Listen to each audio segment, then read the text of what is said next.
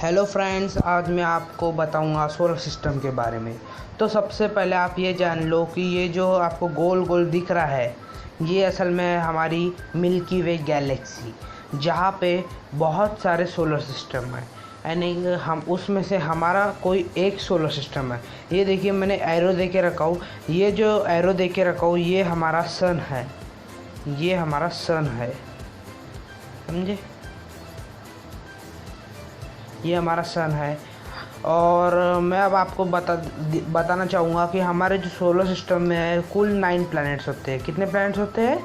9 planets.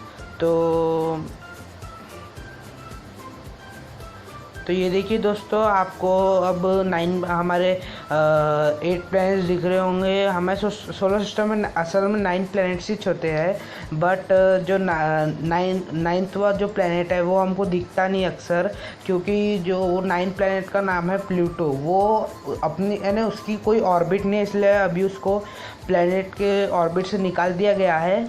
और इसलिए ये जो है अभी बचे हुए यानी वो 8 प्लैनेट्स हैं जो खुद की ऑर्बिट में अच्छे से घूमते हैं। तो मैं आज आपको उसके बारे में बता देता हूँ।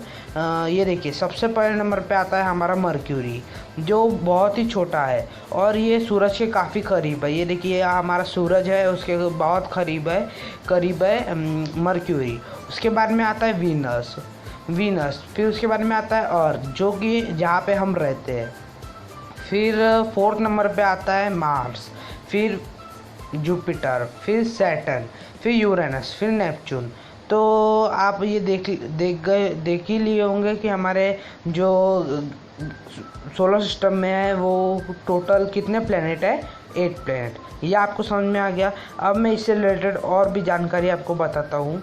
तो अब आप देख रहे होंगे कि यहाँ पे 4 प्लैनेट्स लिखे हैं: मर्क्यूरी, वीनस, अर्थ, मार्स। अब आप देख सकते हो, जो मर्क्यूरी है वो ये वीनस और अर्थ और मार्स, ये असल में जो जितने ये मैंने 4 प्लैनेट्स अलग क्यों लिए हूँ, क्योंकि ये जितने भी प्लैनेट्स हैं इनकी जो सरफेस है वो जो अपर सरफेस है वो पूरी बताओ क्या सॉलिड स्टेट में है। अगर यहाँ पे आने की आप चल सकते हो, यहाँ पे आप उतर सकते हो, खेल सकते हो, यहाँ पे आप उतर के रह सकते हो। बट यहाँ पे यानी एटमॉस्फेयर है लेकिन बहुत अलग है। तो यहाँ पे ऑक्सीजन की कमी है, इसलिए आपको यहाँ पे रहते नहीं जमेगा। हमारी बस अर्थ, सिर्फ एक ही है हमारी अर्थ, जहाँ पे ऑक्सीजन वगैरह सब कुछ बराबर मात्रा में अवेलेबल है। ठीक है, अब मैं आपको और भी कुछ बताना चाहूँगा।